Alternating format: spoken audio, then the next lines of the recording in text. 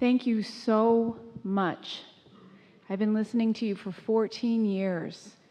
And my life is so amazing. And I'm so thankful for you. Yeah. What we're good at is helping you hook up to your own guidance. Yeah.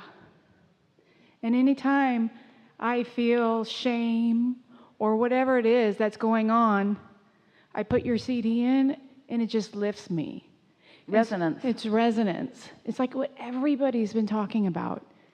And now where I'm at is, how do I release the past? Oh, you're really going to like this. Oh, good. How do I let it go? And the shame behind it. Well, you're making it harder every minute. Okay.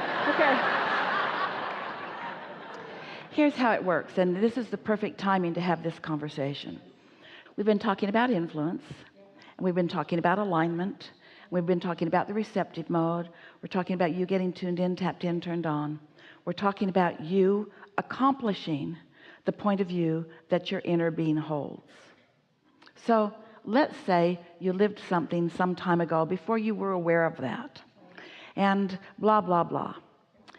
But now here you are, understanding how the laws of the universe work, having a greater grasp of who you are, and now more often than not tuned in to your pure positive energy, so that you're more and more seeing the world, seeing your world through the eyes of source. So now you've found that new vibrational vantage point, and you're really in sync, let's say in this moment in time, with your inner being, and something comes up that causes you to have a conversation about or focus back on something that happened in previous time. Only you're doing it in your powerful now, in alignment with your powerful source.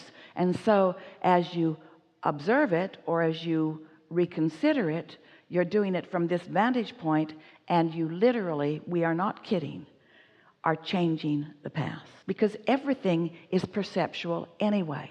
Everything is perceptual. So when you perceive your past from the standpoint of your inner being, who understands the value of every part of it, who understands what it caused you to put into your vortex, who understands that it was part of the reason that you came, who understands everything about it, and who loves unequivocally and only, of course it's going to change the past.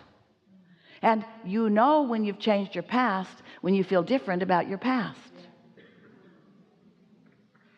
Esther was walking through the back on her way, and a very nice man escorted her. And they've been in this hotel years before, but they haven't been here for a while. And so it's been a while since they've been here. And in Esther's quest to let them know that she was all right back there, she was saying she thinks she's so clever. We think so too, but she really thought she was being clever. She's saying, oh, right there used to be a wall of baskets. It's not there anymore. Oh, over here, there used to be ducks hanging by their neck. Oh, it was lunch. It was all right.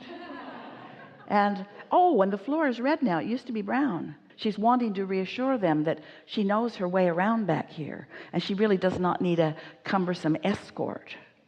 And then the man who greeted her and walked her through this morning said, what happened to that man who used to walk through with you? And Esther said, he died.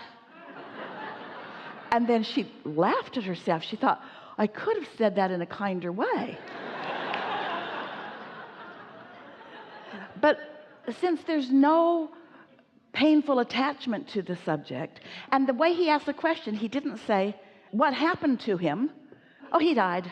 And he was shocked and said, oh, I'm so sorry. And Esther said, don't be.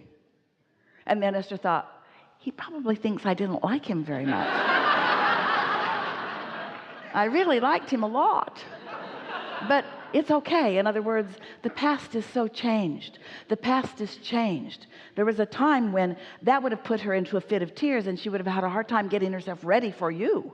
Just that conversation would have made her disconnected. It would have taken her a little while to recover from that. But this time there was no recovery necessary, because the past is changed. You see? That's the most dramatic example we could give you.